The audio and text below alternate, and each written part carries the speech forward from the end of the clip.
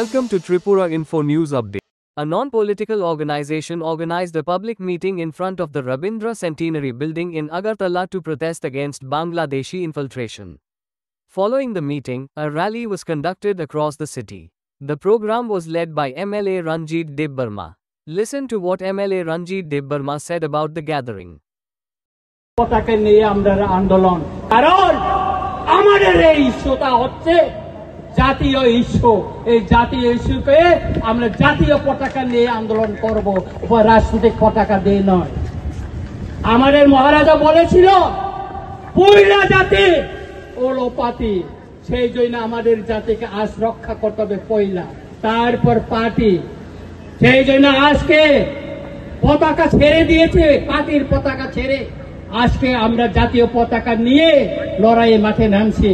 অনেকে হয়তো প্রশ্ন করতে পারে রঞ্জিত দেববর্মা ত্রিপুরা মঠার এমএলএ, উনি কিভাবে পতাকার বাইরে ত্রিপুরা মঠার বাইরে হয়ে গেল। না, আমি আজকে এখানে ত্রিপুরা মঠার এমএলএ হিসেবে আসিনি, আমি সাধারণ জনগণ হিসাবে, জনপ্রতিনিধি হিসাবে আমি এখানে এসেছি। এই লড়াই সর্ব অংশের জনগণকে নিয়ে লড়াই। এখানে বাঙালি, পাহাড়ি, মুসলিম, খ্রিস্টান, বৌদ্ধিস্ট, হিন্দু সব অংশের মানুষকে নিয়ে আমাদের এই লড়াই। সেই জন্য আজকে এত লোক এখানে এসেছে। কেন এসেছে? আমাদের একটাই দাবি, একটাই, সেটা হচ্ছে যারা তৎকালীন পূর্ব পাকিস্তান অধুনা বাংলাদেশ থেকে যারা ত্রিপুরায় এসে বসবাস করছে, আমাদের অধিকার কেড়ে নিচ্ছে, আমাদের জমি কেড়ে নিচ্ছে, আমাদের ভবিষ্যৎ বংশধরদের রক্ষা করার জন্যই আজকে তাদেরকে আমরা শনাক্ত করে তাদের দেশে ফেরত পাঠানোর জন্য দাবি জানাচ্ছি। আমাদের দাবিকে ছাড়া দিয়ে আজকে ভারত সরকার তার মিনিস্ট্রি অফ হোম অ্যাফেয়ার্স থেকে নোটিফিকেশন জারি করে আজকে তাদেরকে শনাক্ত করার জন্য বলা হয়েছে। এই নোটিফিকেশন শুধু 2019 মে 25 না, 1971 সালে 29 নভেম্বর তখনও নোটিফিকেশন জারি করা হয়েছিল, কার্যকরী করেনি। তখন রাজনৈতিক দল আওয়াজ তোলেনি, কোন সিভিল সোসাইটি আওয়াজ তোলেনি কার্য করার জন্য। 2017 বামফ্রন্ট শাসনে এই নোটিফিকেশন জারি করা হয়েছিল, কিন্তু তখন এটা লুকিয়ে রাখা হয়েছিল, কাউকে জানতে দেয়নি। তারপর 2021-এ এখানে বিজেপি এলএন সরকার আসার পরও 2021-এও নোটিফিকেশন জারি করা হয়েছে মিনিস্টার অফ হোম অ্যাফেয়ার্স থেকে, কিন্তু এটাকে লুকিয়ে রাখা হয়েছে। কিন্তু 2025-19 মে যে নোটিফিকেশনটা জারি করা হয়েছে তার কপি রঞ্জিত দেববর্মার কাছে এসে পৌঁছেছে। কেন? রঞ্জিত দেববর্মা চিঠি লিখেছে মিনিস্টার অফ হোম অ্যাফেয়ার্সকে, সেই জন্য এসেছে, সেই জন্য জনগণ জানতে পেরেছে এবং জনগণকে নিয়ে আমরা মাঠে নেমে পড়েছে।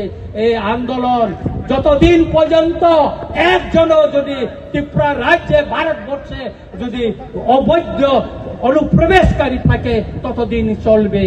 কারণ এই বেআইনি অনুপ্রবেশকারী আমাদের দেশের নিরাপত্তা, সার্বভৌমত্বের জন্য বড় একটা হুমকি। আপনারা জানতে পারছেন সেই কাশ্মীরে পেহেলগামে অ্যাটাক হওয়ার পর কি অবস্থা ভারতবর্ষে, তারপরে ভারতের স্বরাষ্ট্র মন্ত্রণালয় এই পদক্ষেপ নিয়েছে।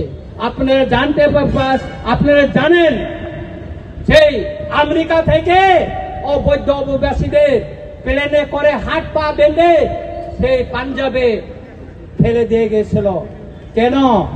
কারণ এই অবৈধ অনুপ্রবেশকারীরা এটা দেশের হুমকি, দেশের নিরাপত্তার হুমকি, দেশের সার্বভৌমত্বের হুমকি। সুতরাং আমি সবাইকে অনুরোধ করব যে আজকে এই আন্দোলন, এই র্যালি কোন জনগোষ্ঠীর বিরুদ্ধে না, কোন জাতি ধর্মের বিরুদ্ধে না, এটা বেআইনি অনুপ্রবেশকারীদেরকে শনাক্ত করে তাদের দেশে পাঠানোর জন্য এবং কেন্দ্র সরকারের যে নির্দেশনা তাকে কার্যকরী করার জন্য এই আন্দোলন আগামী দিনে চলবে, আমরা করব। এই মঞ্চ থেকে আমি ঘোষণা দিচ্ছি। আমি সবাইকে বলতে চাই, আজকে মিডিয়া এবং সারা ত্রিপুরার 6 অংশের জনগণের সামনে বলতে চাই, এই আন্দোলন থেকে আমরা ছেড়ে পালিয়ে যাব না। আমি রঞ্জিত দেববর্মা বলছি। আপনারা জানেন আমি 1997 সালে সুইজারল্যান্ডে সেই জাতিসংঘে গিয়ে এই ইলিগাল মাইগ্রেন্টের কথা তুলে ধরেছে। প্রথম ত্রিপুরা থেকে প্রতিনিধি হিসাবে তুলে ধরেছে। নিশ্চয়ই আপনারা জানেন আজও আমি এই অবৈধ তৎকালীন পূর্ব পাকিস্তান আধুনিক বাংলাদেশ থেকে আগত বেআইনি অনুপ্রবেশকারীদের শনাক্ত করে তাদের দেশে সসম্মানে পাঠানোর জন্য আমি লড়াই করে যাচ্ছি এবং করে যাব।